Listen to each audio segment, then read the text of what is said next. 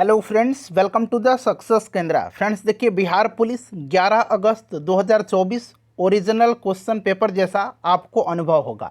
देखिए, जिनका भी एग्ज़ाम बिहार पुलिस 18 अगस्त 2024 को है, 21 अगस्त 2024 को है, 25 अगस्त 2024 को है या फिर 28 अगस्त 2024 को आपका बिहार पुलिस का एग्ज़ाम है, तो फ्रेंड्स इसको ध्यानपूर्वक देखिए। बिल्कुल पूरा एग्ज़ाम का जो अभी पैटर्न है, और देखिए इसको एग्ज़ाम के तौर पर लगाइए। आप सभी लोग समझिए कि एग्ज़ाम में बैठे हुए हैं और पेपर दे रहे हैं। देखिए, सौरमंडल के किस ग्रह को लाल ग्रह के रूप में जाना जाता है? आंसर सभी लोग इसका कमेंट करेंगे। देखिए, सबसे पहले हम बात करें तो सौरमंडल में टोटल कितने ग्रह हैं? तो टोटल 8 ग्रह हैं। ठीक है, ये आपको याद रखना है। क्लियर? अच्छा, एक पार्थिव होता है, पार्थिव, जिसको कि हम लोग कहते हैं आंतरिक भी इसको कहते हैं। ठीक है, क्या कहते हैं? आंतरिक या पार्थिव। पार्थिव एक ही बात है। अंग्रेजी में इसको हम लोग टेरेस्ट्रियल या इनर प्लैनेट कहते हैं। इनर मतलब आंतरिक और टेरेस्ट्रियल मतलब पार्थिव। तो प्रश्न बनता है कि इनमें से किस ग्रह को पार्थिव या आंतरिक ग्रह, अंग्रेजी में टेरेस्ट्रियल या इनर प्लैनेट कहा जाता है।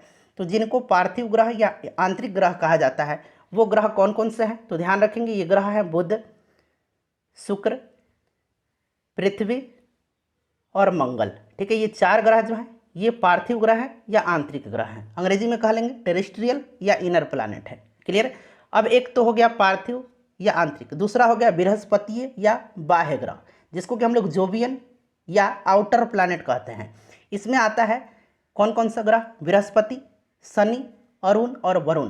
क्लियर है? अगर प्रश्न बन जाए कि पार्थिव ग्रह इनमें से कौन से हैं, तो 4 पार्थिव ग्रह हैं जिसको कि हम लोग बुध, शुक्र, पृथ्वी और मंगल कहते हैं। 4 बृहस्पतीय या बाह्य ग्रह हैं जिसको कि हम लोग क्या कहते हैं? अंग्रेजी में जोवियन या आउटर प्लैनेट कहते हैं। कौन कौन से ग्रह हैं? बृहस्पति, शनि, अरुण और वरुण हैं। क्लियर? देखिए, ध्यान दीजिएगा, अगर हम बात करें कि सौरमंडल का सबसे गर्म ग्रह कौन सा है, तो सबसे गर्म ग्रह जो होता है ये शुक्र है। ठीक है, सबसे गर्म ग्रह शुक्र है। पृथ्वी जो है इसको नीला ग्रह कहा जाता है। क्लियर? क्लियर हो गया? सबसे बड़ा ग्रह अगर आपसे पूछेगा तो बृहस्पति है, सबसे छोटा ग्रह पूछेगा तो बुध है। ठीक है, और ध्यान रखेंगे बुध और शुक्र के पास कोई भी उपग्रह नहीं है। थोड़ा सा शुक्र के बारे में फिर से मैं आपको बता देता हूँ। शुक्र सौरमंडल का सबसे गर्म ग्रह है। इसको सांझ का तारा या भोर का तारा या पृथ्वी की जुड़वा बहन या पृथ्वी की भगनी भी कहा जाता है। इतने सारे पॉइंट्स आप ध्यान रखेंगे। प्रश्न में पूछा गया है कि हमारे सौरमंडल के किस ग्रह को लाल ग्रह के रूप में जाना जाता है, तो यह ग्रह जो है मंगल ग्रह है। ऑप्शन नंबर सी इसका राइट आंसर हो जाएगा, मंगल ग्रह को। ठीक है, चलिए आगे बढ़ेंगे, नेक्स्ट क्वेश्चन कर लेंगे। दूसरा प्रश्न है कि उच्चतम न्यायालय यानी कि सुप्रीम कोर्ट की बात की जा रही है। उच्चतम न्यायालय के मुख्य न्यायाधीश को उसके पद से हटाया जा सकता है। देखेंगे कि कितना शानदार यह क्वेश्चन पेपर है। पूरा आप इस क्वेश्चन को लगा लीजिए, मजा आ जाएगा वाकई। फटाफट सेशन को लाइक कर दीजिए फ्रेंड्स। देखिए, उच्चतम न्यायालय के मुख्य न्यायाधीश को उसके पद से हटाया जा सकता है। आंसर कमेंट करेंगे, सभी लोग इसका आंसर कमेंट करके बताएंगे। देखिए, संविधान का जो आर्टिकल यानी कि अनुच्छेद 124(4) है, संविधान का अनुच्छेद 124(4) में उच्चतम न्यायालय के न्यायाधीश को हटाने की प्रक्रिया संसद के दोनों सदनों द्वारा विशेष बहुमत से पारित प्रस्ताव के आधार पर राष्ट्रपति ही उन्हें हटा सकता है। यानी कि महाभियोग की तरह ये हो गया। तो ऑप्शन नंबर ए इसका राइट आंसर हो जाएगा, महाभियोग के द्वारा। क्लियर है? महाभियोग के द्वारा, ध्यान रखेंगे। चलिए, और यहाँ पर ध्यान रखेंगे कि अगर आपसे पूछा जाए कि उच्चतम न्यायालय का जो न्यायाधीश होते हैं इनका कार्यकाल कितना वर्ष का होता है, तो देखिए 65 वर्ष की आयु जब ये पूरा कर लेते हैं तो ये सेवानिवृत्त हो जाते हैं। क्लियर है? चलिए नेक्स्ट क्वेश्चन कर लेंगे कि एल नीनो शब्द है, यानी कि यह चीनी शब्द है, अंग्रेजी शब्द है, स्पेनिश शब्द है या फ्रेंच शब्द है। एल नीनो, देखिए एल नीनो से आपको कुछ याद आया होगा। एल नीनो जो है यह प्रशांत महासागर की गर्म जलधारा है। आपने पढ़ा होगा एल नीनो प्रशांत महासागर की गर्म जलधारा है। और एक ला नीना है। ठीक है, यहाँ लिख देता हूँ, एक ला नीना है। हो सकता है आपसे पूछ लिया जाए कि ला नीना शब्द जो है यह इंग्लिश का है, फ्रेंच का है, स्पेनिश का है या फिर चीनी शब्द है। तो देखिए एल नीनो जो है यह एक क्या है? स्पेनिश शब्द है, और ला नीना भी स्पेनिश ही शब्द है। एल नीनो का मतलब क्या होता है? एल नीनो का मतलब होता है छोटा बालक, और ला नीना का मतलब होता है छोटा लड़की, छोटा बच्ची, और इसका छोटा बच्चा हो जाएगा। क्लियर? चलिए अगला प्रश्न कर लेंगे कि किसानों द्वारा एक वर्ष में 3 विभिन्न फसलें उगाने के पीछे मुख्य कारण क्या है। सभी लोग आंसर इसका कमेंट करेंगे कि इसका कारण क्या है। सभी लोग इसका आंसर कमेंट करेंगे, इसका कारण जो है क्या है। अब यहाँ पर आप ध्यान देंगे फ्रेंड्स, देखिए किसानों के द्वारा एक वर्ष में 3 विभिन्न फसलें उगाने के पीछे का जो मुख्य रीज़न है ये क्या है कि सुविकसित सिंचाई प्रणाली है। सुविकसित सिंचाई प्रणाली है तभी तो एक वर्ष में 3 फसलें उगाई जाती है। ऑप्शन नंबर ए इसका राइट आंसर हो जाएगा। और एक और चीज़ मैं आपको बता रहा हूँ, किसानों द्वारा एक वर्ष में एक से ज़्यादा फसलें उगाने की जो प्रक्रिया होती है इसको क्या कहा जाता है, तो इसको कहा जाता है बहुविध फसल प्रणाली। बहुविध फसल प्रणाली, ठीक है, बहुविध फसल प्रणाली कहा जाता है। या एक और नाम आप याद रखेंगे, बहुशस्य उत्पादन। बहुशस्य उत्पादन, ठीक है, ये भी ऑप्शन में दिख जाए, ये भी आप ध्यान रखेंगे। क्लियर है। चलिए नेक्स्ट क्वेश्चन है कि भारत का राष्ट्रपति बनने के लिए न्यूनतम आयु कितनी होनी चाहिए। देखिए भारत के राष्ट्रपति बनने के लिए न्यूनतम आयु जो होती है ये 35 वर्ष है। 35 वर्ष न्यूनतम आयु सीमा रखा गया है। कितना रखा गया है, 35 वर्ष। उपराष्ट्रपति के लिए भी 35 वर्ष ही है, ठीक है। अच्छा, अगर आपसे पूछ लिया जाए कि प्रधानमंत्री बनने के लिए, तो प्रधानमंत्री बनने के लिए 25 वर्ष। क्लियर है। चलिए नेक्स्ट क्वेश्चन करेंगे कि के सिवन थे, ये इसरो के चेयरपर्सन थे। Option number B right answer हो जाएगा। वर्तमान में इसरो के चेयरमैन कौन है, तो वर्तमान में एस सोमनाथ। चलिए नेक्स्ट क्वेश्चन कर लेंगे कि भारत की प्रथम महिला राष्ट्रपति कौन है। भारत की प्रथम महिला राष्ट्रपति, अच्छा सबसे पहले आप बताइए कि भारत के प्रथम राष्ट्रपति कौन थे, उनका संबंध भारत के किस राज्य से था। चलिए कमेंट करके बताइए। तो देखिए भारत के प्रथम राष्ट्रपति डॉक्टर राजेंद्र प्रसाद जी थे, बिहार के थे। क्लियर है। अच्छा, यहाँ प्रथम महिला राष्ट्रपति पूछा गया है तो ये प्रतिभा पाटिल थी। Option number B right answer हो जाएगा। अब दूसरी राष्ट्रपति महिला बन गई हैं, इनका नाम है द्रौपदी मुर्मू, और ये पहली आदिवासी महिला हैं जो भारत की राष्ट्रपति बनी है, द्रौपदी मुर्मू जी। याद रहेगा आपको। अच्छा, अगर आपसे पूछा जाए कि किसी भी राज्य की मुख्यमंत्री बनने वाली पहली महिला कौन है, तो सुचेता कृपलानी। राज्यपाल पूछा जाएगा तो सरोजिनी नायडू। क्लियर। चलिए अगला प्रश्न करेंगे कि राजेंद्र सेतु किस नदी पर स्थित है। राजेंद्र सेतु ये तो बिहार में है और ये किस नदी पर स्थित है, बताइए। सभी लोग आंसर कमेंट करेंगे। राजेंद्र सेतु जो है ये किस नदी पर स्थित है। राजेंद्र सेतु गंगा नदी पर स्थित है, गंगा नदी पर स्थित है, और यह एक रेल सह सड़क पुल है, ठीक है। चलिए एक समचतुर्भुज दिया गया है, उसके विकर्णों की लंबाई 6 सेंटीमीटर है और एक जो है 8 सेंटीमीटर है। तो इसकी भुजा आपसे पूछा जा रहा है, सभी लोग सॉल्व करने का प्रयास करेंगे। ये मान लीजिए समचतुर्भुज है, मैं यहाँ पर बना रहा हूँ रफली, ठीक है। अब यहाँ पर कह रहा है, आपको पता है ना कि ये समचतुर्भुज के विकर्ण जो हैं ये एक दूसरे को बराबर भागों में भी बांटते हैं और यहाँ पर 90 डिग्री का एंगल भी बनता है, ठीक है। इतना तो क्लियर है। अब अगर ये वाला विकर्ण मान लेते हैं कि ये वाला विकर्ण जो है ये 8 सेंटीमीटर का है, तो यानी कि 4 सेंटीमीटर ये वाला साइड हो गया, ठीक है, 4 सेंटीमीटर ये वाला साइड हो गया। ये वाला 6 है तो यहाँ पर 3 हो गया, ये वाला 3 हो गया। अब आपसे पूछ रहा है भुजा की लंबाई, तो यहाँ पर देखिए अभी ये समकोण त्रिभुज बन गया, ये वाला भुजा आपको निकालना है तो आप इजीली निकाल लेंगे। कैसे, ये वाला भुजा क्या हो जाएगा, तो ये आपका 90 डिग्री के सामने वाला है, यानी कि ये क्या है, विकर्ण होगा। तो विकर्ण निकालने के लिए क्या करेंगे, तो ये वाला हो जाएगा इसका स्क्वायर प्लस इसका स्क्वायर, तो रूट अंडर यानी कि 4 का स्क्वायर 16 हो जाएगा और 3 का स्क्वायर यानी कि 9 हो जाएगा। तो ये कितना आ जाएगा, रूट अंडर 25 आ जाएगा, यानी कि 5 इसका राइट आंसर हो जाएगा। करेक्ट आंसर 5 सेंटीमीटर हो जाएगा। चलिए अगला प्रश्न है कि रैखिक संवेग बदलने की दर को कहते हैं। रैखिक संवेग बदलने की दर को कहते हैं, बताइए। सभी लोग आंसर कमेंट करेंगे भाई। रैखिक संवेग बदलने की दर को क्या कहते हैं। देखिए रैखिक संवेग बदलने की दर को बल कहते हैं। क्या कहते हैं, बल कहते हैं। ऑप्शन नंबर ए इसका राइट आंसर हो जाएगा, बल कहते हैं। क्लियर है। चलिए बल का एसआई यूनिट क्या है, बल का एसआई यूनिट क्या है, न्यूटन है। क्या है, न्यूटन है, ठीक है। चलिए एक आयत का क्षेत्रफल निकालने का फॉर्मूला आपसे पूछा गया है, तो आयत का क्षेत्रफल क्या फॉर्मूला होता है, क्या फॉर्मूला होता है, फटाफट आंसर कमेंट कर दीजिए। तो लंबाई गुना चौड़ाई होता है। अच्छा, आयत का अगर आपसे परिमाप पूछेगा तो 2 गुना लंबाई जोड़ चौड़ाई होता है, ठीक है। चलिए नेक्स्ट क्वेश्चन करेंगे कि निम्न में से कौन सी युक्ति विद्युत ऊर्जा को यांत्रिक ऊर्जा में परिवर्तित करती है। तो देखिए विद्युत ऊर्जा को यांत्रिक ऊर्जा में कौन सा बदलेगा, तो फ्रेंड्स यह विद्युत मोटर है। विद्युत मोटर राइट आंसर हो जाएगा, विद्युत मोटर करेक्ट आंसर हो जाएगा, ठीक है। और विद्युत जनित्र जो है, विद्युत जनित्र यह यांत्रिक ऊर्जा को विद्युत ऊर्जा में बदलता है, इसको भी ध्यान रखेंगे। निम्नलिखित में से किसको सिद्ध करने की आवश्यकता है। देखिए कितना बेसिक प्रश्न पूछा गया है, आपके जो मौलिक ज्ञान है उसका यहाँ पर आपकी परीक्षा ली जा रही है। निम्नलिखित में से किसको जो है सिद्ध करने की आवश्यकता है, प्रूव करने की आवश्यकता है। तो ये क्या है, थ्योरम है, परिमेय है। परिमेय को जो है सिद्ध करने की आवश्यकता होती है। क्लियर है। चलिए उसके बाद नेक्स्ट क्वेश्चन करेंगे। अगला प्रश्न हमारा कि घनानंद की रचनाएं किस भाषा में है। बताइएगा कि घनानंद की रचनाएं जो हैं ये किस भाषा में है। तो देखिए घनानंद की रचनाएं जो हैं ये ब्रज भाषा में है। किस भाषा में है, ब्रज भाषा में है। ठीक है। चलिए उसके बाद देखिए ये इंग्लिश का प्रश्न पूछा गया है, यहाँ पर खाली स्थान में क्या आएगा यह पूछा गया है। सेंटेंस है आई वेटेड फॉर हिम अंटिल ही और फिल इन द ब्लैंक्स है। यहाँ पर क्या उचित वर्ड है भरने के लिए, आप कमेंट करेंगे।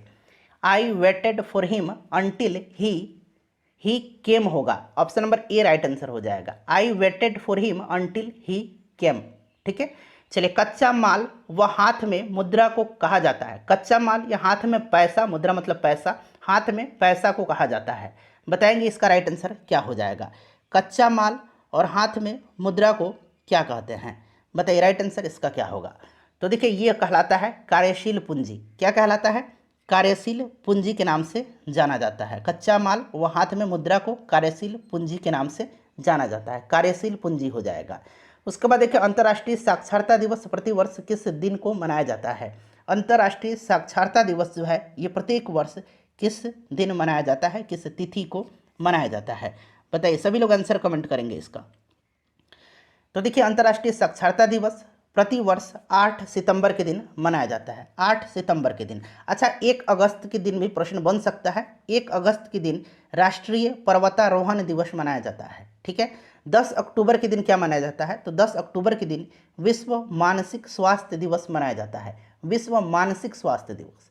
चलिए उसके बाद पुस्तक द ओरिजिन ऑफ स्पीसीज किसने लिखी है। द ओरिजिन ऑफ स्पीसीज पुस्तक के लेखक का नाम बार बार बिहार पुलिस के एग्जाम में पूछा जाता है और देखिए इस बार भी पूछ लिया गया है।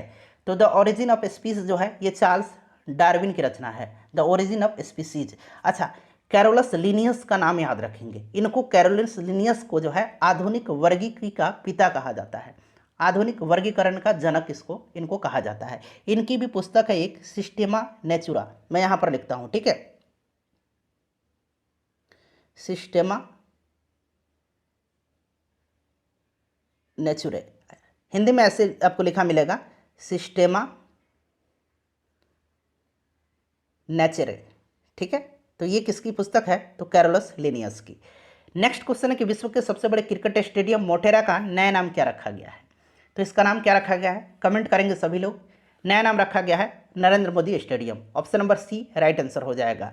उत्तरी तथा उत्तरी पश्चिमी भारत में चलने वाली गर्म तथा शुष्क हवाएं जो हैं कहलाती हैं। उत्तरी तथा उत्तरी पश्चिमी भारत में चलने वाली गर्म तथा शुष्क हवाएं कहलाती हैं। कमेंट करिए सभी लोग इसका आंसर क्या कहलाती हैं। तो फ्रेंड्स इसको लू कहा जाता है। क्या कहा जाता है, इसको लू कहा जाता है। चलिए नेक्स्ट क्वेश्चन हमारा है कि भारत जैसे देश में सर्वाधिक प्रचुर मात्रा में उपलब्ध उत्पादन का साधन कौन सा है। भारत जो है विश्व का सबसे अधिक जनसंख्या वाला देश बन गया है, चाइना से भी आगे निकल गया है। तो भारत जैसे देश में सर्वाधिक प्रचुर मात्रा में उपलब्ध उत्पादन का साधन जो है ये क्या है, तो ये श्रम है। क्या है, श्रम है। चलिए नेक्स्ट क्वेश्चन करेंगे कि अग्नि का विशेषण शब्द बताना है। अग्नि का विशेषण शब्द, संज्ञा या सर्वनाम की विशेषता बतलाने वाले शब्द को विशेषण कहते हैं, ये आप जानते भी हैं। बताइए अग्नि का विशेषण शब्द क्या है इसमें से। अग्नि का विशेषण जो है ये आग्नेय होगा, आग्नेय राइट आंसर हो जाएगा। चलिए उसके बाद देखिए देश की प्रथम महिला मुख्य निर्वाचन आयुक्त कौन थी। देश की प्रथम महिला मुख्य निर्वाचन आयुक्त कौन थी। अच्छा प्रश्न ये भी बनता है कि भारत के प्रथम मुख्य निर्वाचन आयुक्त कौन थे। तो इनका नाम तो आपको पता है क्योंकि ये फ्रीक्वेंटली पूछा गया प्रश्न है, सुकुमार सेन। ठीक है, लेकिन यहाँ पर प्रथम महिला मुख्य निर्वाचन आयुक्त पूछा गया है, तो ये कौन थी, वीएस रमा देवी। वीएस रमा देवी थी। ये प्रश्न इंपॉर्टेंट है। ठीक है, बहुत लोगों को पहली बार ये प्रश्न मिला होगा। देखिए साम्यवाद सर्वप्रथम प्रयोग किस देश में हुआ था। साम्यवाद का सर्वप्रथम प्रयोग जो है किस देश में हुआ था, बताइए। ये प्रश्न 2-3 बार बिहार पुलिस में पूछ लिया गया है। साम्यवाद का सर्वप्रथम प्रयोग जो है यह किस देश में हुआ है, आंसर कमेंट करेंगे। तो रसिया हो जाएगा, ऑप्शन नंबर इसका सी राइट आंसर हो जाएगा। कहाँ पर, रूस में प्रयोग हुआ है। ठीक है, चलिए और आपको मैंने बताया था कि रूस की क्रांति 1917 में हुई थी और रूस की क्रांति में बोल्शेविक पार्टी का नेतृत्व लेनिन ने किया था। किसने किया था? लेनिन ने किया था।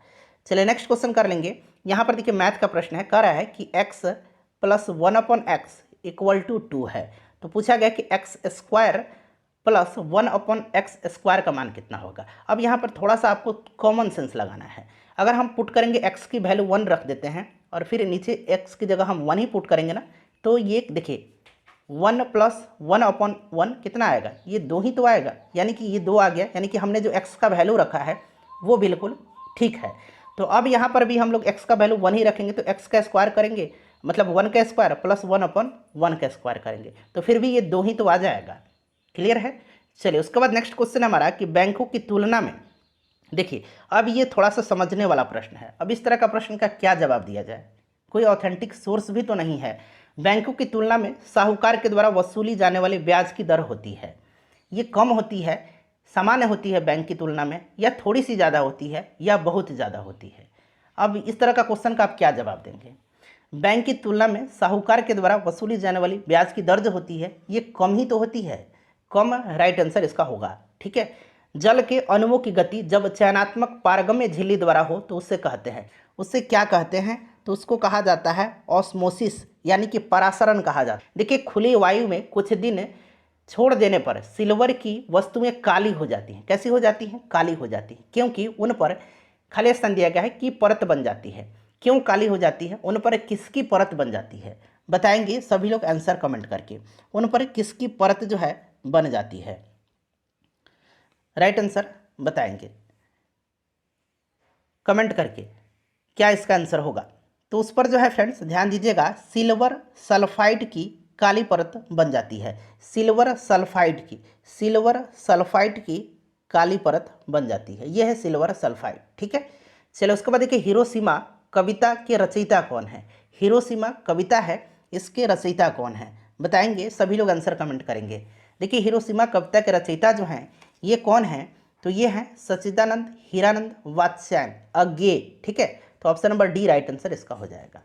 लोकतंत्र में अंतिम सत्ता निहित होती है। ठीक है, लोकतंत्र में अंतिम सत्ता जनता में होती है। ऑप्शन नंबर बी इसका राइट आंसर हो जाएगा। ठीक है। चलिए मयूरभंज खान किस लिए जानी जाती है? अच्छा कोरापुट भी पूछा गया है। कोरापुट कहाँ पर है? तो कोरापुट जो है ये उड़ीसा में है। यही पूछा गया था कि कोरापुट कहाँ पर है, तो उड़ीसा में है। ठीक है। अच्छा मयूरभंज भी उड़ीसा में ही है। कहाँ पर है? मयूरभंज भी उड़ीसा में ही है, और यह लौह अयस्क की खदान के लिए प्रसिद्ध है। तो ये आपका लौह अयस्क हो जाएगा। अगला प्रश्न करेंगे कि बस्तर आंदोलन में किसकी प्रमुख भूमिका थी? बस्तर आंदोलन में किसकी प्रमुख भूमिका थी? बस्तर आंदोलन पूछा गया है। बताइए राइट आंसर इसका क्या होगा? देखिए बस्तर आंदोलन जो है ये हुआ था कब? तो 1910 में हुआ था। कब हुआ था? 1910 में। ठीक है। 1910 में अंग्रेजों के खिलाफ यह एक आदिवासी विद्रोह था, और इस विद्रोह का नेतृत्व आदिवासी नेता गुंडाधुर ने किया था। गुंडाधुर राइट आंसर इसका हो जाएगा। ठीक है।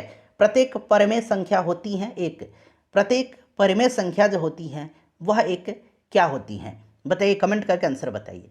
प्रत्येक परिमेय संख्या जो होती हैं यह एक वास्तविक संख्या होती हैं। कैसी होती हैं? तो ये वास्तविक संख्या होती है। ठीक है, वास्तविक संख्या होती है। अगला प्रश्न कि श्वेत क्रांति, ठीक है, श्वेत क्रांति निम्नलिखित में से किसके अधिक उत्पादन से संबंधित है? श्वेत क्रांति के जनक किसको माना जाता है? जरा कमेंट करके बताइए। आप फटाफट कमेंट करेंगे कि श्वेत क्रांति का जनक किसको माना जाता है भारत में। भारत में श्वेत क्रांति का जनक किसको कहा जाता है? तो देखिए भारत में श्वेत क्रांति का जनक डॉक्टर वर्गीज कुरियन को कहा जाता है। डॉक्टर वर्गीज कुरियन, यहाँ मैं लिख दूँ डॉक्टर वर्गीज कुरियन को कहा जाता है। ठीक है, भारत में श्वेत क्रांति का जनक। और श्वेत क्रांति जो है यह दुग्ध उत्पादन यानी कि दूध उत्पादन से संबंधित है। ठीक है, ऑप्शन नंबर सी इसका राइट आंसर हो जाएगा। ठीक है। चलिए अगला प्रश्न है कि अमेरिका के स्वतंत्रता संग्राम के नेता कौन थे? अमेरिकी स्वतंत्रता संग्राम, फ्रांस की क्रांति, रूस की क्रांति, इन सब से प्रश्न बनता है। प्रथम विश्व युद्ध, द्वितीय विश्व युद्ध से भी प्रश्न बनता है। देखिए अमेरिका के स्वतंत्रता संग्राम के नेता जो थे ये कौन थे? बताइए। तो राइट आंसर क्या हो जाएगा? जॉर्ज वाशिंगटन थे। George Washington option number D right answer हो जाएगा। ठीक है। चलिए और ये अमेरिका के प्रथम राष्ट्रपति भी हैं जॉर्ज वाशिंगटन। चलिए भारत में नियंत्रक एवं महालेखा परीक्षक की नियुक्ति कौन करता है? भारत के नियंत्रक एवं महालेखा परीक्षक की नियुक्ति कौन करता है? ठीक है, बताइए। तो देखिए आर्टिकल 148 जो है इसके अनुसार नियंत्रक एवं महालेखा परीक्षक की नियुक्ति राष्ट्रपति के द्वारा की जाती है। ऑप्शन नंबर बी हो जाएगा राष्ट्रपति। क्लियर है। चलिए अगला प्रश्न करेंगे कि 15वीं शताब्दी में कौन से व्यापारी सबसे पहले हिंद चीन पहुंचे थे। अच्छा, एक प्रश्न तो बिहार पुलिस में ये पूछ लिया गया था कि हिंद चीन में कौन कौन से देश शामिल होते हैं। तो देखिए हिंद चीन में अगर हम बात करें तो इसमें वियतनाम, लाओस और कंबोडिया देश हिंद चीन में शामिल थे। कौन कौन से? वियतनाम, लाओस और कंबोडिया। क्लियर है। और सबसे पहले जो आए थे 15वीं शताब्दी में हिंद चीन पहुंचे थे, ये पुर्तगाली थे। कौन थे? पुर्तगाली थे। क्लियर है। अच्छा, सर्वप्रथम भारत के समुद्री मार्ग की खोज 1498 में एक पुर्तगाली यात्री ही था, वास्को डी गामा, इसी ने किया था। ये सन आप 1498 अपने दिमाग में छाप लीजिए। ठीक है। चलो उसके बाद देखिएगा कि एशिया का सबसे स्वच्छ गांव किस राज्य में स्थित है। एशिया का सबसे स्वच्छ गांव जो है ये किस राज्य में स्थित है? बताइए, राइट आंसर इसका क्या हो जाएगा। तो देखिए इस गांव का नाम मैं बता देता हूँ। इस गांव का नाम मैं यहाँ पर लिख देता हूँ, मौलिंगनोंग। ठीक है, मौलिंगनोंग इस गांव का नाम है। और यह गांव जो है किस राज्य में है? तो यह गांव जो है यह मेघालय में है। ठीक है, मेघालय राइट आंसर हो जाएगा इसका।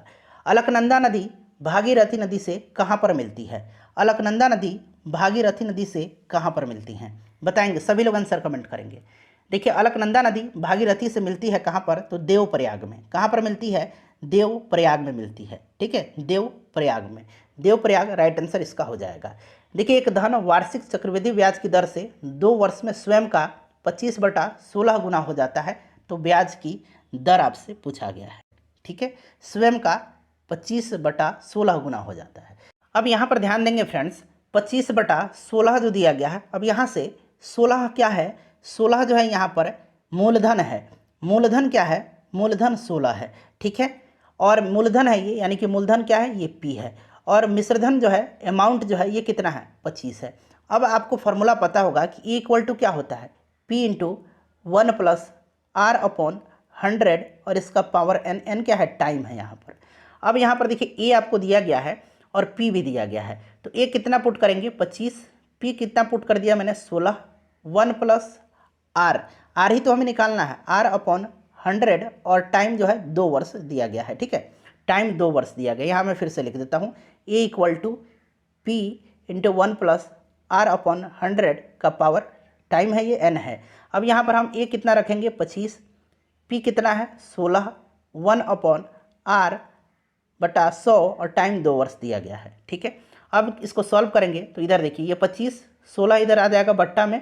ठीक है, और यहाँ पर कितना हो जाएगा? 1 प्लस R अपॉन 100 का पावर जो है n जो है 2 वर्ष स्क्वायर हो जाएगा। ये स्क्वायर जब हम हटाएंगे तो यहाँ रूट आ जाएगा। जब इसको रूट से हम बाहर निकालेंगे तो ये 5/4 आ जाएगा। 5/4 इक्वल टू 1 प्लस R/100 होगा। यही होगा ना। अब इसको हम सॉल्व करेंगे तो इजीली R निकल जाएगा, R/100 और इधर 1 माइनस में चला जाएगा और इसको हम सॉल्व कर लेंगे तो आंसर निकल के आ जाएगा 25%। ठीक है, चलिए 25% राइट आंसर इसका हो जाएगा। भारत की जलवायु कैसी है? ये प्रश्न कई बार पूछा गया है और मैंने कराया भी है आपको। बताइए कैसी है भारत की जलवायु? तो भारत की जलवायु उष्णकटिबंधीय मानसूनी है। उष्णकटिबंधीय मानसूनी है। Option number C right answer हो जाएगा। हार्मोन जो रुधिर में शर्करा स्तर को नियंत्रित करता है उसका स्रवण किया जाता है। यह हार्मोन जो शर्करा स्तर को नियंत्रित करता है, यह हार्मोन है कौन? सबसे पहले तो ये आपको जानना होगा। और इसका स्रवण कहाँ से होता है? तो यह हार्मोन जो है इंसुलिन है। इंसुलिन आपको पता है कि अग्नाशय से निकलता है। कहाँ से? अग्नाशय से। अग्नाशय की लैंगरहैंस की दीपिका की बीटा सेल से, बीटा कोशिका से निकलता है। ठीक है, चलिए नेक्स्ट क्वेश्चन है कि बर्फ पानी पर क्यों तैरता है? बर्फ पानी पर क्यों तैरता है? बर्फ पानी पर इसलिए तैरता है, कमेंट करिए, कि बर्फ का घनत्व पानी के घनत्व से क्या होता है? बताइए, कम होता है, ज़्यादा होता है, क्या होता है? बर्फ का घनत्व पानी के घनत्व से कम होता है। ऑप्शन नंबर इसका बी राइट आंसर हो जाएगा। वस्तुओं एवं सेवाओं के उत्पादन के लिए आवश्यक है। अब यहाँ पर ध्यान दीजिएगा, देखिए प्रश्न भविष्य में बनेगा कि वस्तुओं और सेवाओं के उत्पादन के लिए कितने कारकों की आवश्यकता होती है?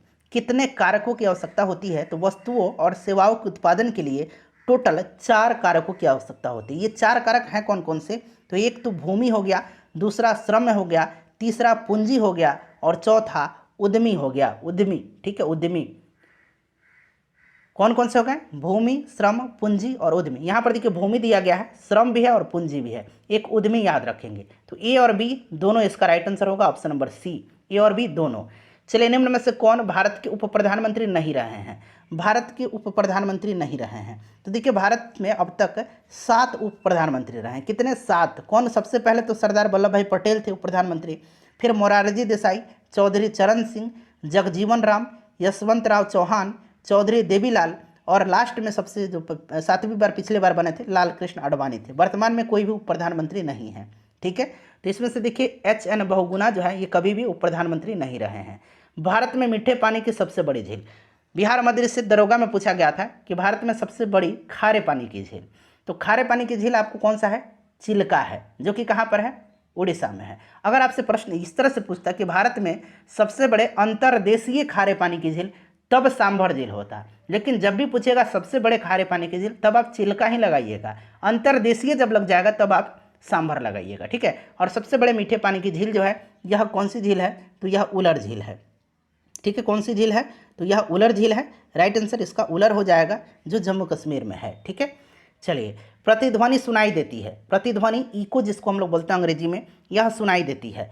बताइएगा राइट आंसर इसका क्या होगा? प्रतिध्वनि सुनाई देती है, तो देखिए प्रतिध्वनि सुनाई देती है ध्वनि तरंगों के परावर्तन के कारण। ऑप्शन नंबर बी आंसर होगा इसका राइट। और प्रतिध्वनि सुनने के लिए जो स्पष्ट दूरी होनी चाहिए, ठीक है, वो कितना होना चाहिए? तो ये 17 मीटर का होना चाहिए। स्पष्ट प्रतिध्वनि सुनने के लिए 17 मीटर का डिस्टेंस होना चाहिए। अगला प्रश्न है कि युधिष्ठिर का संधि विच्छेद आपसे पूछा गया है। युधिष्ठिर का संधि विच्छेद क्या होगा? तो इसका संधि विच्छेद होगा वो क्या होगा? आप कमेंट करिए। युधि प्लस स्थिर होगा, युधि प्लस स्थिर। ऑप्शन नंबर बी जो दिया गया है ये राइट है। कालिंदी कूल कदम की डारन में रेखांकित पद का अर्थ पूछा गया है। कालिंदी का अर्थ पूछा गया है। कालिंदी का मतलब क्या होता है? यमुना होता है। यमुना को कालिंदी भी कहा जाता है। यमुना राइट आंसर हो जाएगा। संसद के संयुक्त अधिवेशन की अध्यक्षता कौन करता है? संयुक्त अधिवेशन का कोरम पूछा गया था बिहार दरोगा मद्य निषेध के एग्जाम में। तो कोरम 1/10 होता है। अध्यक्षता लोकसभा का अध्यक्ष करता है। ठीक है, तो अध्यक्षता जो होगा लोकसभा का अध्यक्ष हो जाएगा। और अब तक कितनी बार संयुक्त अधिवेशन हुई है? तो 3 बार हुई है, ये भी आप ध्यान रखेंगे। चलो उसके बाद देखिए निम्नलिखित में से किस विकल्प में विलोम शब्द सुमेलित नहीं है? यानी कि उन्नति का विलोम अवनति जैसे दिया गया है उसी प्रकार से आपको अब तीनों आपको बताना है। एक तो मैंने बता ही दिया आपको, बताइए कौन सा जोड़ा सही है? विलोम शब्द, एक तो शब्द हो गया और उसका विलोम हो गया। तो देखिए इति अथ सही है, आविर्भाव तिरोभाव ये भी सही है, उन्मुख और सम्मुख नहीं होगा। ठीक है, उन्मुख और सम्मुख जो है ये गलत दिया गया है। क्लियर? विमुख होता है, अगर उन्मुख है या सम्मुख है एक ही शब्द है तो इसका विलोम विमुख होगा। उन्मुख का भी विमुख होगा और सम्मुख का भी विमुख होगा। चलिए अगला प्रश्न करेंगे कि सिट्रिक एसिड जो है, सिट्रिक अम्ल मुक्त अम्ल के रूप में होता है। सिट्रिक अम्ल पाया जाता है किसमें? सिट्रिक अम्ल नींबू में, संतरा में पाया जाता है। इमली में टार्टरिक पाया जाता है। सिरके में एसिटिक अम्ल पाया जाता है। भारत में ऋण के औपचारिक स्रोतों की कार्यप्रणाली का पर्यवेक्षण कौन करता है? भारत में ऋण के औपचारिक स्रोतों की कार्यप्रणाली का पर्यवेक्षण कौन करता है? बताइए, आंसर कमेंट करेंगे। तो देखिए ये करता है आरबीआई, भारतीय रिजर्व बैंक। ठीक है, चलिए नेक्स्ट क्वेश्चन करेंगे कि निम्नलिखित में से भारी मशीनों के उपयोग के लिए स्नेहक कौन सा है? स्नेहक के रूप में किसका इस्तेमाल किया जाता है? बताइए। स्नेहक के रूप में ग्रेफाइट का इस्तेमाल किया जाता है। ठीक है, किसका? ग्रेफाइट के चूर्ण का प्रयोग किया जाता है भारी मशीनों में स्नेहक के रूप में। अब यहाँ इंग्लिश का क्वेश्चन है, सी रिटर्न होम, खाली स्थान दिया गया है, ओपन द डोर। बताइएगा क्या यहाँ पर सही वर्ड जो होगा फिल होगा? She return home and open the door. ठीक है, एंड का यहाँ पर इस्तेमाल होगा क्योंकि ये जोड़ने का काम कर रहा है। Open the door, see return home. ठीक है, मनुष्यों में खाली स्थान दिया गया है, आहार नाल का सबसे लंबा भाग है। मनुष्यों में आहार नाल का सबसे लंबा भाग जो है ये कौन सा है? सबसे लंबा भाग जो है ये कौन सा है? बताइए, राइट आंसर क्या हो जाएगा? तो देखिए पाचन तंत्र में आहार नल का सबसे बड़ा भाग जो है ये क्षुद्रांत है। कौन है? क्षुद्रांत हो जाएगा इसका राइट आंसर। नेक्स्ट है कि वस्तु शब्द का बहुवचन बताना है आपको। तो वस्तु का बहुवचन क्या होगा? फटाफट कमेंट कर दीजिए। वस्तुएं होगा, वस्तुएं इसका राइट आंसर हो जाएगा। ठीक है, चलिए मधुबनी लोक चित्र शैली किस राज्य में लोकप्रिय है? मधुबनी आपको याद होगा, बताइए। मधुबनी बिहार का है। Option number C right answer हो जाएगा। हिमालय पर्वत की उत्तरी पर्वतमाला का नाम? हिमालय पर्वत की उत्तरी पर्वतमाला का नाम बताइए। हिमालय पर्वत भारत में नंगा पर्वत से लेकर के नामचा बरवा पर्वत तक फैला हुआ है। हिमालय का सबसे उत्तरी पर्वतमाला को हिमाद्री कहते हैं और सबसे दक्षिणी पर्वतमाला को शिवालिक कहते हैं। तो ये हिमाद्री हो जाएगा राइट आंसर। सबसे उत्तरी पर्वतमाला शिवालिक हो जाता। नेक्स्ट क्वेश्चन है कि who took Diksha from Guru Ravidas. देखिए अंग्रेजी में ही प्रश्न पूछ लिया गया है। Who took Diksha from Ravidas, Ravidas से दीक्षा किसने लिया था? तो ये कौन थी? रानी झाली थी। रानी झाली राइट आंसर हो जाएगा। ठीक है, रानी झाली। चलिए अगला प्रश्न करेंगे कि choose the correct preposition from the given option to fill the blanks. The sound came, खाली स्थान दिया गया है द रूम। कहाँ से आवाज आया? रूम से आवाज आया। तो sound came from the room होगा, फ्रॉम का यहाँ पर इस्तेमाल होगा। किसे फॉरेस्ट मैन ऑफ इंडिया के नाम से जाना जाता है? किसे फॉरेस्ट मैन ऑफ इंडिया कहा जाता है? बताइए, फटाफट आंसर कमेंट करेंगे। फॉरेस्ट मैन ऑफ इंडिया के नाम से किसको जाना जाता है? तो ये जाना जाता है जादव पायंग को। जादव पायंग इनका नाम है। ये कहाँ के हैं? तो फ्रेंड्स ये असम के एक पर्यावरणविद हैं, एक पर्यावरणविद कार्यकर्ता हैं जादव पायंग, और इनको पद्मश्री से भी सम्मानित किया जा चुका है। उसके बाद देखिए, ग्रहों की गति का संचालन होता है किस नियम के द्वारा? ग्रहों की गति का संचालन जो होता है यह किस नियम के द्वारा होता है? बताएंगे, सभी लोग आंसर कमेंट करेंगे। तो ये होता है किसके नियम के अनुसार? तो फ्रेंड्स ध्यान रखेंगे आप, ये कैपलर के नियम के द्वारा ग्रहों की गति का संचालन होता है, कैपलर हो जाएगा। ठीक है, चलिए उसके बाद देखिएगा कि बेलिकोज का यहाँ पर पूछा गया है करेक्ट मीनिंग। ठीक है, यानी कि आप कह सकते हैं इसका सिनोनिम पूछा गया है। तो बेलिकोज का मतलब आपको क्या होगा ये जानना जरूरी है। बेलिकोज का मतलब लड़ाकू होता है। ठीक है, लड़ाकू होता है। ठीक है, और यहाँ पर देखिएगा क्या हो जाएगा, लड़ाकू शब्द से मिलता जुलता शब्द, तो ये एग्रेसिव हो जाएगा। ठीक है, चलिए दो अस्थियां आपस में एक दूसरे से किससे जुड़ी होती हैं? अस्थि को अस्थि से जोड़ता है, यानी कि दो अस्थि को जोड़ रहा है। ये क्या है? ये लिगामेंट है। क्या है? लिगामेंट है। लिगामेंट है, क्लियर है। इसको हम लोग क्या कहेंगे? हिंदी में स्नायु कहते हैं, स्नायु कहते हैं। ठीक है, और अस्थि और मांसपेशी को जो जोड़ता है उसको हम लोग टेंडन कहते हैं। उसको क्या कहते हैं? टेंडन कहते हैं, कंडरा कहते हैं। क्लियर।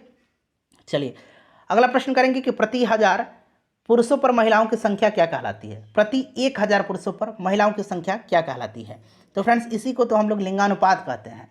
इसी को हम लोग क्या कहते हैं? लिंगानुपात कहते हैं। 2011 की जनगणना के अनुसार सबसे ज़्यादा बिहार के किस जिला में लिंगानुपात है? तो गोपालगंज में।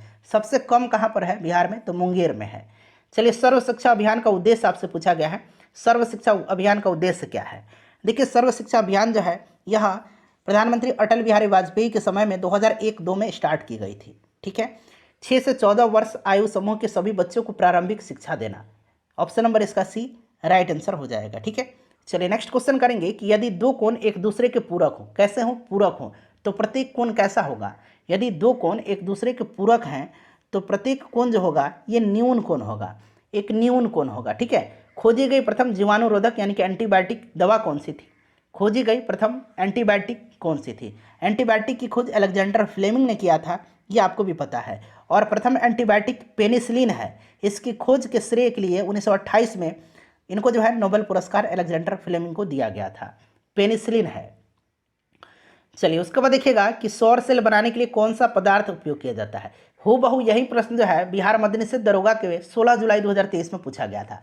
प्रश्न उसमें बस इतना पूछा गया था, प्रश्न को बदल किस प्रकार से दिया गया था कि सोलर सेल बनाने के लिए किसका उपयोग किया जाता है? और ऑप्शन में था चालक, अर्धचालक, ये सब ऑप्शन में दिया हुआ था। तो आपको पता है कि सिलिकॉन का इस्तेमाल किया जाता है और सिलिकॉन एक अर्धचालक है, तो अर्धचालक ही आंसर होगा उसका भी।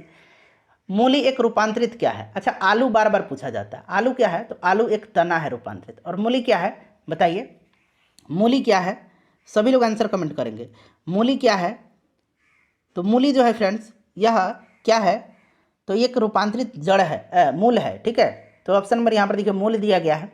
उसके बाद यहाँ पर देखिए खाली स्थान है, ही एंड आई खाली स्थान दिया गया है। Playing yesterday, he and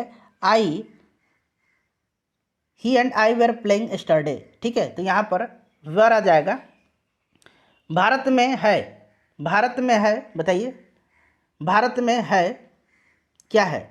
Bharat में क्या है? सभी लोग आंसर कमेंट करेंगे फटाफट, सभी लोग आंसर कमेंट करेंगे, मैं वेट कर रहा हूँ। सभी लोग आंसर कमेंट करेंगे इसका। तो भारत में क्या है? सर्वदलीय व्यवस्था है ना। भारत में क्या है? बहुदलीय है। तो यहाँ पर देखिए बहुदलीय व्यवस्था इसका राइट आंसर हो जाएगा। ठीक है, चलिए अगला प्रश्न कर लेंगे कि एक वृक्ष की हत्या, यह कविता है, इसके रचनाकार कौन है? बताइए, एक वृक्ष की हत्या कविता के रचनाकार कौन है? तो फ्रेंड्स, यह जो रचना है यह किसकी है? तो यह रचना जो है यह कुंवर नारायण की है। कुंवर नारायण राइट आंसर हो जाएगा। उसके बाद देखिए, ये वाला अंग्रेजी का प्रश्न छूट गया है, आइए कर लेते हैं। कह रहा है कि the book was read by her. ठीक है, यहाँ पर वाज है तो रेड पढ़ेंगे इसको। ठीक है, पास्ट टेंस में है। तो वहीं पूछा गया है कि ये आपका एक्टिव वॉइस है, इसका जो है पैसिव वॉइस है, इसका एक्टिव क्या होगा? यहाँ से एक्टिव इसका बताना है। तो देखिए, ये चूंकि वाज लगा हुआ है तो यहाँ पर होगा, यहाँ पर सही आंसर जो होगा सी रेड द बुक होगा। सी रेड, ये पास्ट में है, इसको रेड नहीं, ये V2 है। ठीक है, तो ये आपको रेड पढ़ेंगे, सी रेड द बुक होगा। ऑप्शन नंबर बी जो होगा इसका राइट आंसर हो जाएगा। चलिए, अगला प्रश्न है कि वृक्ष की हत्या मैंने बता दिया कुंवर नारायण। किसी समूह में सभी शब्द रात के पर्यायवाची शब्द हैं। रात के पर्यायवाची शब्द आपको पता है ना क्या क्या होते हैं? रजनी, निशा, रात्रि। ठीक है, यहाँ पर देखिए रजनी, निशा, रात्रि। रजनी, निशा, रात्रि, ऑप्शन नंबर डी हो जाएगा। 1907 में जमशेदजी टाटा के द्वारा टिस्को की स्थापना कहाँ की गई थी? ध्यान रखेंगे, 1907 में की गई थी टिस्को की स्थापना।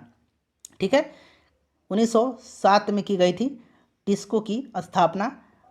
Tata iron and steel company limited, TISCO की स्थापना 1907 में जमशेदपुर में की गई थी। और जमशेदपुर पहले साक्षी के नाम से जाना जाता था, तो ये साक्षी बिहार हो जाएगा। उस समय बिहार ही था सम्मिलित।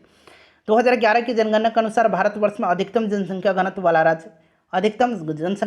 राज्य कौन सा है?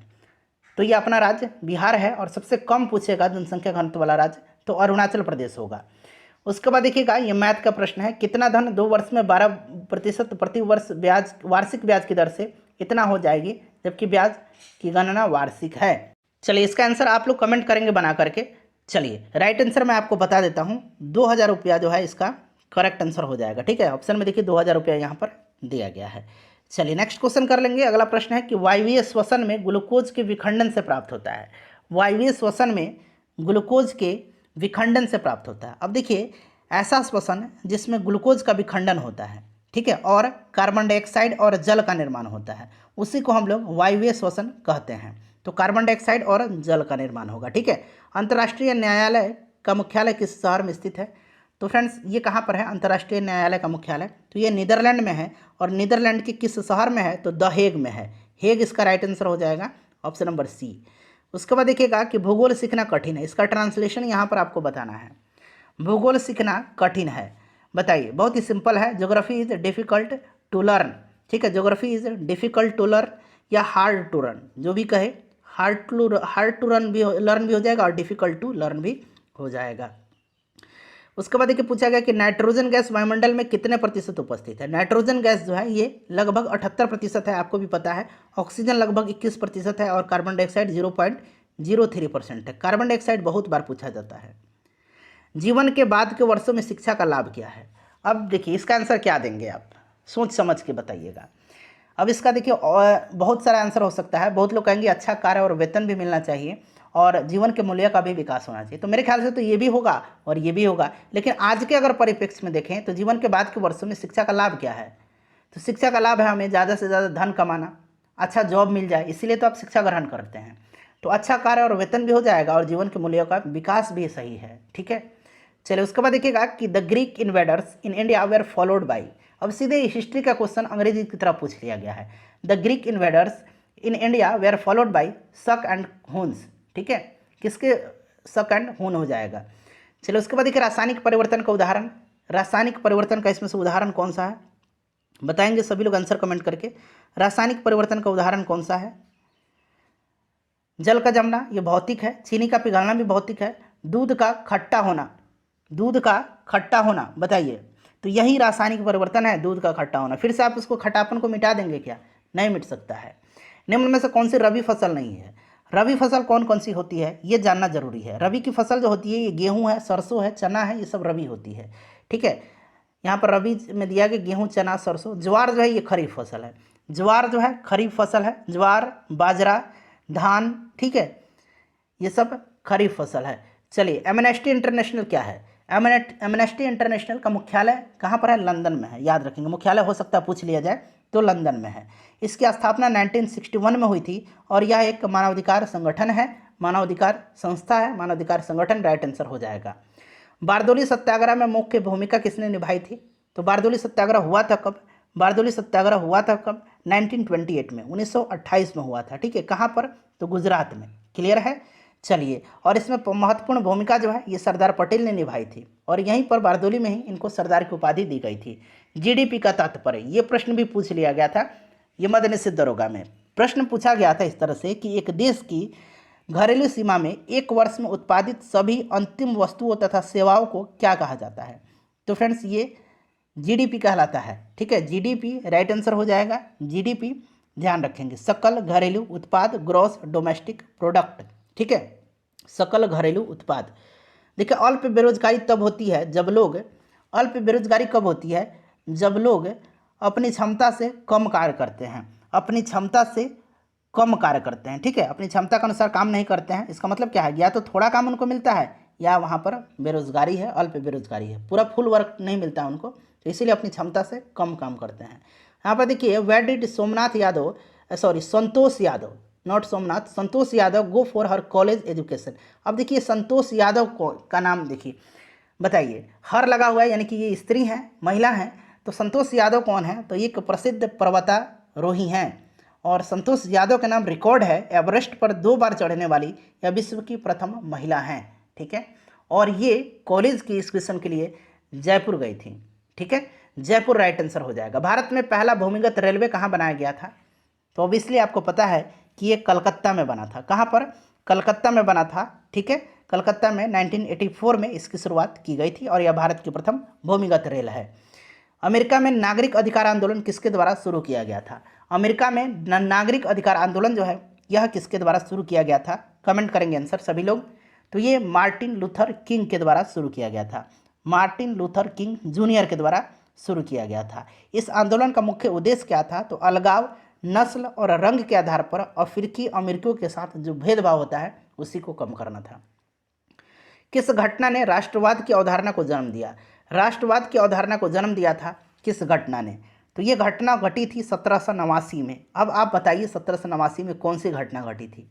तो ये फ्रांस की क्रांति थी, फ्रांस की क्रांति राइट आंसर इसका हो जाएगा। ठीक है, बिस्मिल्लाह खां कौन सा वाद्य यंत्र बजाते थे? ये प्रश्न मैंने करा दिया है। प्रसिद्ध शहनाई वादक थे बिस्मिल्लाह खां। ठीक है, शहनाई वादक थे। चलिए, और इनको भारत रत्न भी दिया जा चुका है। देश का प्रथम नागरिक होता है, इसका आंसर आप कमेंट करके बताएंगे। जब आप अपना स्कोर बताएंगे तब इसका भी आंसर कमेंट करके बता दीजिएगा। ठीक है, अब इसमें से देखिएगा कि निम्नलिखित में से कौन सी संख्या इस श्रेणी में यहाँ खाली स्थान पर आएगा। अब 5, 5 के बाद 6, 11, 6, 17, 6, 23। एक तो ऐसे है, लेकिन आप देखिए 23 के बाद 29 होगा, तो 29 ऑप्शन में है नहीं। तो यहाँ थोड़ा सा दिमाग लगाइए, ये जितनी भी संख्याएँ हैं ये कौन सी संख्याएँ हैं? जितनी भी संख्याएँ हैं ऑप्शन में ये सारे के सारे अभाज्य संख्याएँ हैं। अब इसमें से अभाज्य संख्या कौन है? तो आप इजीली ढूंढ लेंगे कि ये जो अभाज्य संख्या है 307 है, तो ऑप्शन 307 राइट आंसर होगा। चलिए, ये देखिएगा कि 10,000 रुपया का 1.5 वर्षों के लिए 10% प्रति वर्ष चक्रवृद्धि ब्याज की दर से, जबकि ब्याज छमाही दे हो। अब यहाँ पर थोड़ा सा आप दिमाग लगाइएगा। यहाँ पर देखिए पी दिया गया है कितना?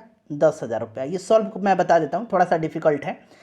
1.5 वर्ष, 1.5 वर्ष का मतलब क्या होगा? पूर्णांक में है, तोड़ दीजिए, 2 एकम 2 गुना करेंगे, 2 गुना 1 में 2 से 2 हो जाएगा, और 1 3/2 वर्ष। टाइम कितना हो गया? 3/2 वर्ष। दर तो दे रखा है, रेट जो है ये 10%, लेकिन एक कंडीशन इसमें लगा हुआ है, ब्याज छमाही दे हो। ब्याज छमाही तो बटा 2 हो जाएगा, यानी कि ये 5% हो जाएगा, और समय में 2 से गुना कर दिया जाता है जब छमाही होता है। तो ये 2 से 2 कैंसिल हो जाएगा, समय 3 वर्ष हो गया। अब आप इसको निकालेंगे, फॉर्मूला क्या होता है? A = P × 1 + R/R टाइम होता है। टाइम को हमने n मारा हुआ है। ठीक है, अब आपको निकालना क्या है? तो यहीं तो A आपको निकालना था, P दे रखा है 10,000 यहाँ पर। ठीक है, गुना, अब यहाँ पर देखिए 1 + R की जगह पर क्या रखेंगे हम लोग? 5 रखेंगे। ठीक है, यहाँ पर 5 रखेंगे, तो 5/100 हो जाएगा, और टाइम यहाँ पर कितना हो जाएगा? 3 वर्ष हो जाएगा। फिर से हम लिख देते हैं। ठीक है, A = P हो गया 10,000, 1 + 5/100 था, तो ये कितना हो जाएगा? 1/20 हो जाएगा ना, 5/100 काट देंगे, समय 3 है। अब इसको सॉल्व कर लीजिए, 10,000, ठीक है, गुना, अब ये यहाँ सॉल्व करेंगे, इसका एलसीएम लेंगे, तो ये ऊपर 21 हो जाएगा, 3 बार 21 हो जाएगा ना, पावर 3 है, 21/20 आएगा, तो 3 बार 21 हो जाएगा, और नीचे 3 बार 20 हो जाएगा। ठीक है, 3 बार 20 हो जाएगा। अब ये 3 जीरो से हम 3 जीरो कैंसिल कर देंगे, 20 वाला 3 जीरो से 3 जीरो कैंसिल कर देंगे, ये 2 पचे 10 हो गया। अब ये 5 गुना 21 गुना 21 गुना 21 बटा नीचे 2 दूना 4 है, 2 2 है तो 2 दूना 4 हो जाएगा। तो ये जब ऊपर वाला को सबको गुना करेंगे 5 गुना 21 गुना 21 गुना 21 तो ये आएगा 46,305, 46,305। ठीक है, मैंने सॉल्व कर लिया है। और बटा नीचे 2 दूना 4, जब इसको सॉल्व कर लेंगे बटा वाला को तो आंसर आपका आएगा 11,576.25 रुपया। प्रथम विश्व युद्ध का तात्कालिक कारण, तो ये ऑस्ट्रिया के राजकुमार फर्डिनेंड की हत्या थी। ऑप्शन नंबर 20 का राइट